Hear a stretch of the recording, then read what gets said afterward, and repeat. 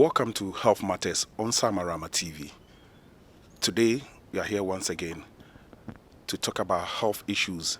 Particularly, we are looking at COVID, which we all know as coronavirus, and we are here to talk about and other issues pertaining to Red Cross. Today, I'll be talking to the Greater Accra Regional Manager of Ghana Red Cross here with me, Madam Catherine Adasu. Yes, sir.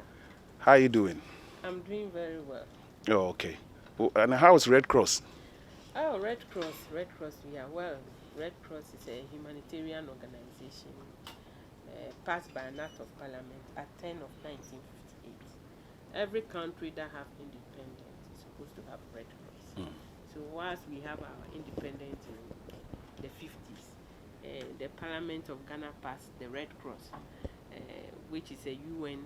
We are signatory to the UN and all that. So we are an independent organization, though auxiliary to government, and we support government activities, but we are independent because we want to be neutral in time of disaster, in time of conflict, in time of normal times. You go in to do activities without the interference of government or anybody, but we owe allegiance to government. Worldwide, Red Cross worldwide, whether you are Red Crescent or Red Cross, is the same organization.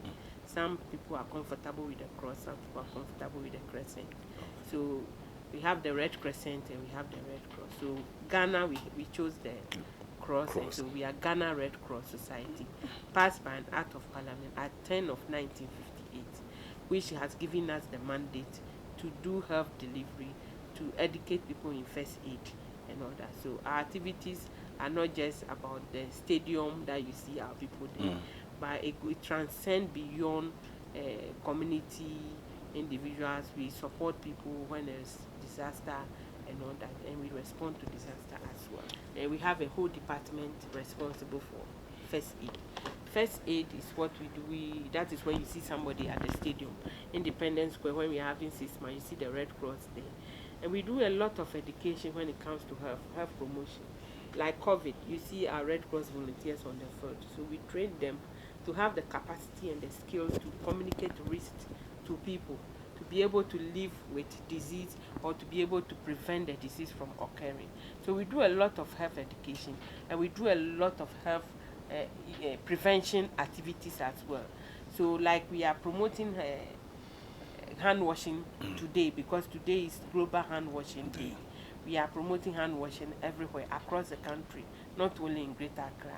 Our national headquarters have drawn a lot of programs when it comes to health. So it's not only about educating people on the field, but we train organizations like FM stations, banks, corporate organizations on how to respond to disease or disaster on their premises. So we call that one first aid training and safety training. So we do those trainings. So if you call us, you just give us a small token. Then we train your people and give them certificates that certify them as first aiders. Then they can be able to carry out first aid effectively without fear. So we do a lot of health education. And then we have, like myself, I'm a health promoter. My background, I have masters in health promotion. So we do a lot of health promotion when it comes to the Red Cross, not only in Greater Accra, but across the regions. We have managers, we have the district officers, we have our chapters. So we have up to the ground, we have groups like Mothers Club, women who are put together to make sure they educate people on the maternal health and all that. So we have various groupings, and the youth, we teach them in the schools on health issues. So it cuts across everywhere.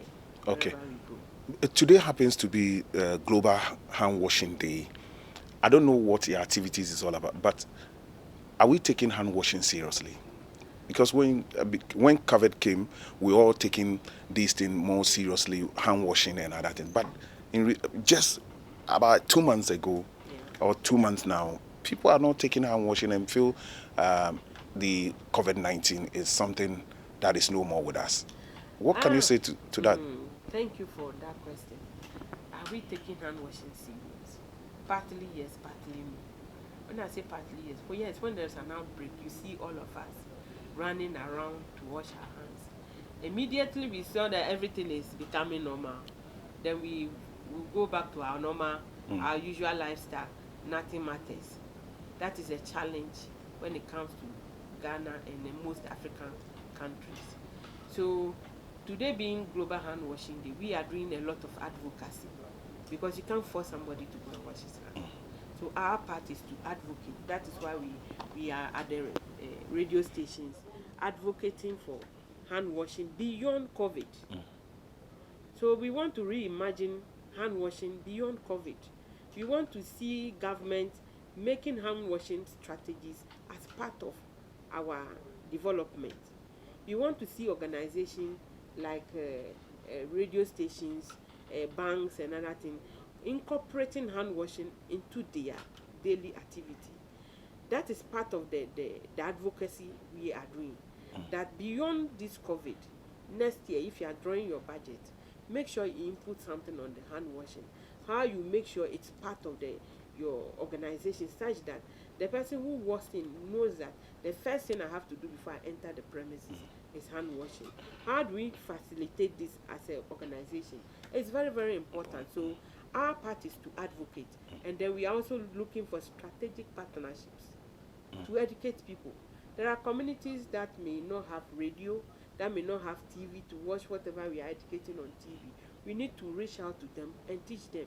Then they can infuse it into their level of work. Farmers and all that, how do they incorporate hand washing into their farming activity? How are they going to wash their hands in the farm, even if they want to eat? How are we going to teach them? And so we teach them the tippy tap, the one that you can use gallon just to create a hand washing, even on your farmland. So anytime you want to eat or do something, you can go to your tippy tap and wash your hand over there. You don't need to have a tap water in your farm before you can wash your hand.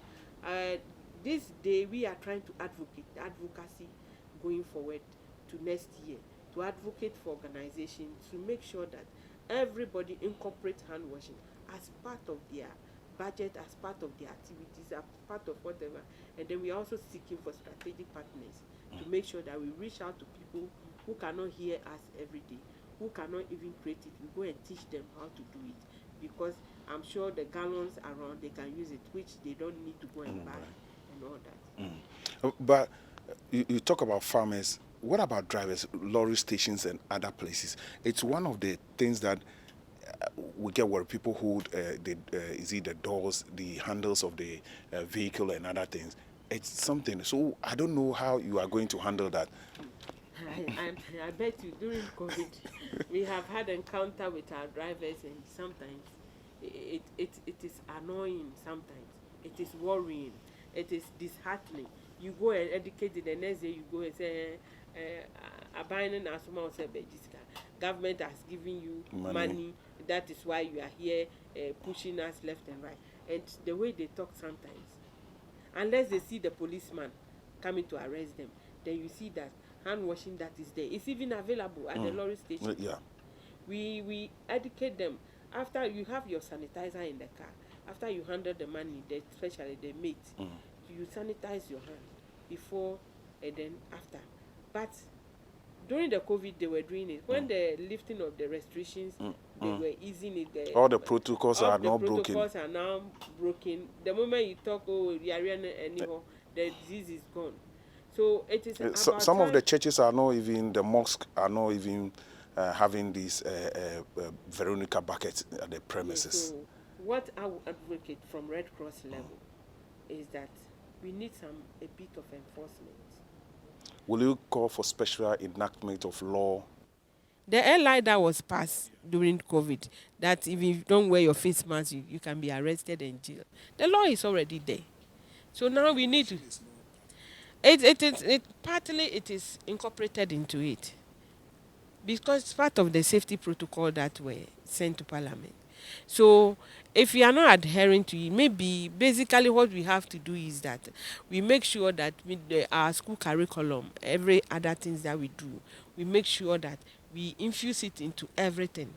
That will make it holistic for everybody in organizations. Before you can get your certification, you have to set up a hand washing point, maybe permanent, not like the temporary one that you can remove. So in our building codes and all that, we should infuse it at the entrance of your house or whatever. There should be a point that there should be a hand washing area. So if you are going to infuse it into our daily activities and the things that we do, the housing system and everything, then we are sure that holistically we are thinking about a permanent hand washing activity going forward. But if you come and then we wait, outbreak come, then we all run around, including the Red Cross. We all run around, government run around, we follow them and all that. I'm not sure that as Ghanaians as we are, as Africans as we are, we will take it serious. Unless there's a bit of enforcement, a bit of putting it in our everything that we do as a country, and then making sure that it's part of the protocols that we observe, no matter what, whether there's an outbreak or no outbreak, then we are sure that we are having a headway. But with this attitude of Ghanaians, where we spend millions of cedis going around educating people, making sure that we provide some people use their own money, donate Veronica buckets and the stands and everything, but people still refuse to wash their hands because somebody has not arrested them once. So sometimes we need to send a strong signal. Sometimes it's difficult for government to do. It's difficult. I know it's a difficult situation. I said earlier about strategic partnership. So as a media house, you should make it a point that every week you do some education on the hand washing, because we call something behavior change. It is not an easy task to change somebody who has grown up with a habit. You have to, it takes time. So now that we want to make hand washing as part of our daily life, we have to continue doing the education. It can take 3 years, 4 years, 5 years for everybody to get used to it. So it is not about 6 months, 1 month ashing, and then you think that everybody will change. You might impact only 20% of the population with that 6 months. What about the 80%? They will come and confuse that 20%. So it means that as media houses like you, make sure that whilst you are planning your activities, if not weekly, once a month, there should be an effort to make sure that there's education on hand washing or something that is on safety. So from the media, then the more people hear, the more they become, oh, okay, this thing we need to do it every day. And the more we keep reminding people, then say sometimes when I take something and I mistakenly forget I've not washed my hand, after I do, I feel guilty because now it's part of me. The moment you see the hand washing facility anywhere, you go and wash your hand, no matter what you were doing before you start. You see, it needs, we need to make an effort to make sure that we continue this education. Red Cross is available to support. That is why I said we are looking for strategic partnership. Red Cross is ready. We are available to come and do the education. So if somebody like you avail your station for us to come, why not? To make time and then come and do the free education. But if you want us to have the resources to come and buy the airtime to come in, we might not have. Even if you have used clothing, you have furniture, you have computers that you are not using, there's a community or a group of people somewhere who need it so badly. Just contact us. We'll be able to send it to the people who need it. These are the things we want to do. That is what we said. Strategic partnership. You have the items, but you don't know what to do with it. We know the people who need it. Then we'll send it to them. The same way, if you also want to support us, maybe buy airtime for us to go and do the education, we are also ready to do. You see, this is what we have to do as a country. Then we get, because you contact the organization that have the skills and the capacity to do.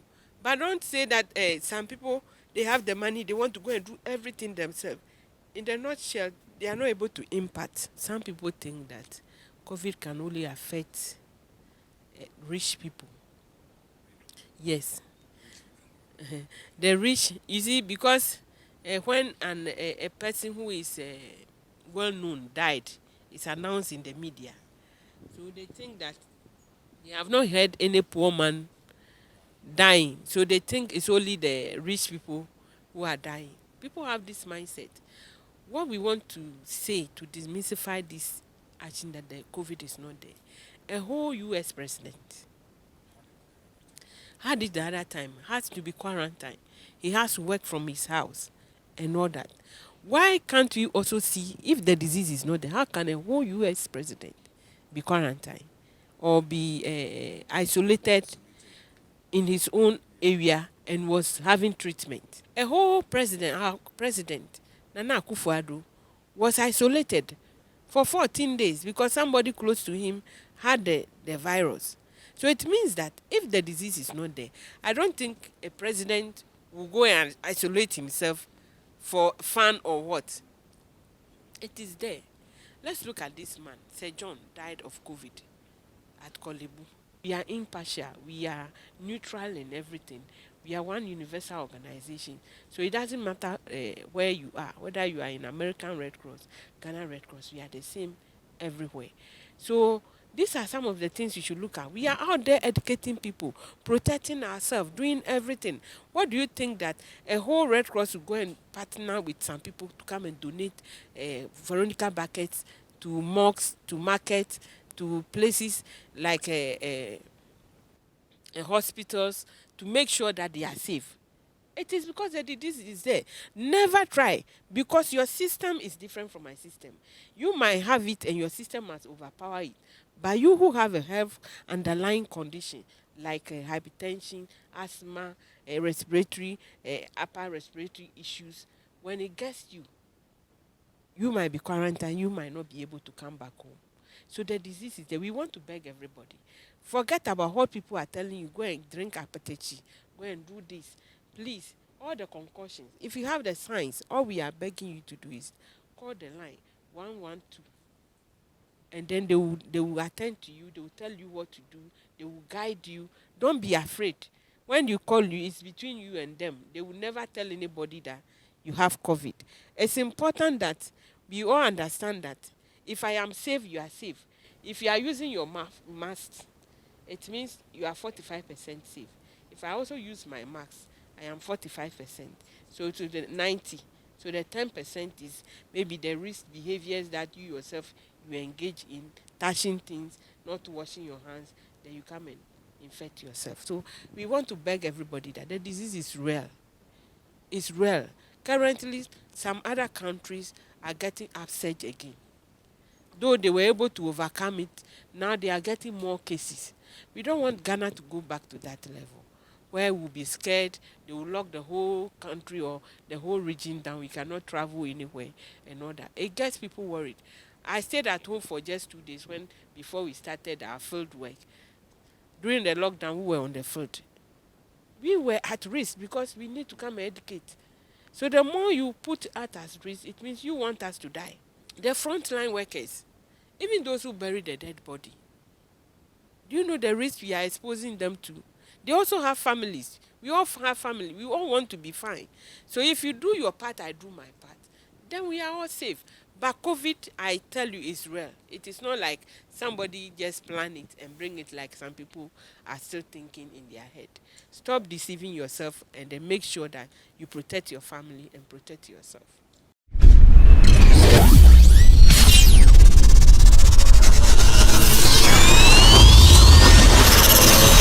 On Selma Rama TV.